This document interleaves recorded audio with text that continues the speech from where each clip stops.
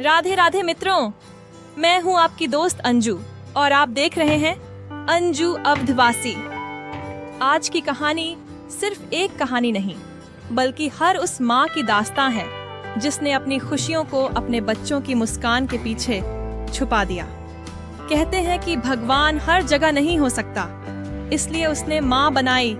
आज की यह माँ बेटे की मॉरल स्टोरी हमें एहसास दिलाएगी कि हम अक्सर अपनी भाग-दौड़ भरी जिंदगी में उस इंसान को कितना पीछे छोड़ देते हैं जिसने हमें चलना सिखाया। चलिए शुरू करते हैं आज की यह भावुक कहानी। गांव की टेढ़ी मेढ़ी गलियों के आखिरी छोर पर एक कच्चा मकान था जिसकी दीवारों पर गरीबी ने अपनी लकीरें खींच दी थीं। कौशल्या का जीवन सुबह 4 बजे उस धुएं के साथ शुरू होता था जो उसकी आंखों में जलन तो पैदा करता था, पर चूल्हा जलने की खुशी भी देता था। उसके पति की मृत्यु तब हुई थी जब उसका बेटा राघव महज 5 साल का था। तब से कौशल्या ने न हार मानी, न किसी के आगे हाथ फैलाए। उसने खेतों में मजदूरी की, कड़कड़ाती ठंड में दूसरों के कपड़े धोए और कभी-कभी तो सिर्फ पानी पीकर रात काटी ताकि राघव पेट भरकर सो सके। राघव होनहार था। वह जब लालटेन की मध्यम रोशनी में पड़ता तो कौशल्या दूर बैठकर बस उसे निहारती रहती। उसे अक्षर समझ नहीं आते थे, पर उसे यह समझ आता था कि यही किताबें उसके बेटे को इस गरीबी के नरक से बाहर निकालेंगी। राघव की पढ़ाई का खर्च जब बढ़ा तो कौशल्या ने अपना इकलौता गहना अपनी माँ की दी हुई सोने की बालियां बेच दी। राघव ने जब पूछा, माँ आपकी बालियां कहाँ गईं? कौशल्या ने सहजता से झूठ बोल दिया, बेटा पुरानी हो गई थी, मरम्मत के लिए दी हैं।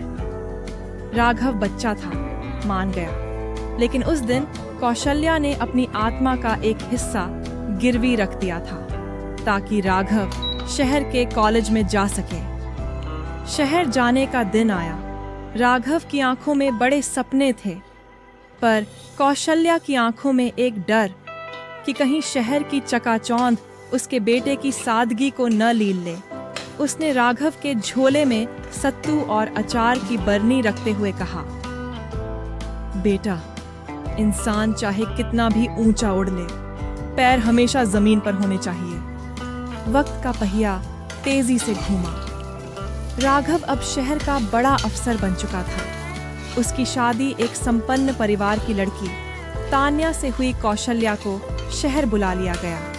उस बड़े से बंगले में कौशल्या खुद को एक अजनबी की तरह महसूस करती। वहाँ फर्श इतने चमकदार थे कि उसे डर लगता था कि कहीं उसके फटे हुए पैरों के निशान उन्हें गंदा न कर दें। तान्या आधुनिक थी। उसे कौशल्या का बात बात पर राम राम कहना या रसोई में जमीन पर बैठकर खाना पसंद नहीं था। धीरे धीरे राघव भी बदलने लगा। एक दिन घर पर बड़ी पार्टी थी। राघव ने कौशल्या से कहा, माँ आज बड़े लोग आ रहे हैं, आप अपने कमरे में ही रहना, बाहर आएंगी तो लोग अजीब सवाल करेंगे। कौशल्या का दिल जैसे किसी ने मुट्ठी में भींच दिया। उसने कुछ नहीं कहा, बस चुपचाप अपने कमरे की कुंडी लगा ली। उस रात उसने भूखे पेट ही दीवार को ताकते हुए गुजार दी। उसे अपनी वो बालियां याद आईं जो उसने इसके बड़े अफसर बनने के लिए बेची थी। एक दिन तान्या और राघव की बहस हो रही थी। तान्या ने चिल्लाकर कहा, तुम्हारी माँ को सलीका नहीं है, वह इस घर के स्टैंडर्ड में फिट नहीं बैठती। राघव ने खामोश रहकर तान्या की बात का समर्थन किया। कौशल्या ने दरवाजे के पीछे से सब सुन लिया। उसने महसूस किया कि उसका बेटा अब वह राघव नहीं रहा जो लालटेन की रोशनी में उसके साथ सपने देखता था। वह अब एक स्टेटस का गुलाम था। अगली सुबह जब राघव उठा तो माँ घर पर नहीं थी। मेज पर एक छोटा सा रुमाल रखा था जिसमें वही पुरानी बालियां थीं जो कौशल्या ने मेहनत करके फिर से बनवाई थीं। राघव को देने के लिए नहीं, बल्कि खुद को यह याद दिलाने के लिए कि उसका स्वाभिमान अभी मरा नहीं है। साथ में एक चिट्ठी थी, बेटा तुम बड़े हो गए। यह देखकर बहुत खुशी हुई, पर शायद मैं उतनी बड़ी नहीं हो पाई कि तुम्हारे शहर की ऊंचाई को समझ सकूं। मैं वापस गांव जा रही हूँ। अपनी जड़ों को सहेज कर रखना, क्योंकि आंधी में वही पेड़ बचते हैं जिनकी जड़ें गहरी होती हैं। राघव को अपनी गलती का एहसास तब हुआ जब उसे दफ्तर में अपमानित होना पड़ा और उसके तथाकथित बड़े दोस्तों ने साथ छोड़ दिया। वह भागता हुआ गांव पहुंचा। वहां उसने देखा कौशल्या आज भी उसी चूल्हे के सामने बैठी थी। राघव उसके पैरों में गिर पड़ा। माँ, मुझे माफ कर दो, मैं शहर की चमक में अंधा हो गया था। कौशल्या ने उसे उठाया और उसके आंसू पोंछते हुए कहा, बेटा, माँ कभी रुठती नहीं, वह तो बस इंतजार करती है कि उसका बच्चा कब सही रास्ते पर आएगा। राघव शहर वापस गया, पर अब वह बदल चुका था।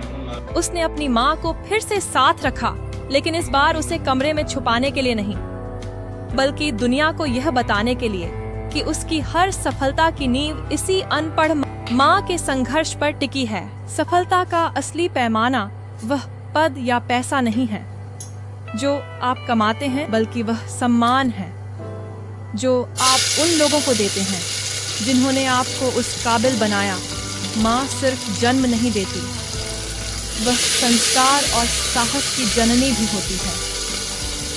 तो दोस्तों, ये थी कहानी उस माँ की जिसका प्यार कभी कम नहीं हुआ।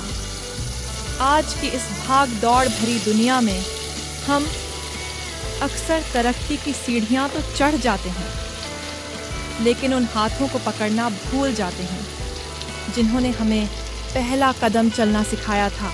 याद रखिएगा, माँ की दुआओं में वो ताकत है जो आपकी किस्मत बदल सकती है। अगर आपको ये कहानी अच्छी लगी हो तो इसे अपने अपनों के साथ शेयर ज़रूर करें। माँ के लिए एक प्यारा सा कमेंट, राधे राधे लिखना न भूलें। मिलते हैं अगली कहानी में, तब तक अपना ख्याल रखें। राधे राधे।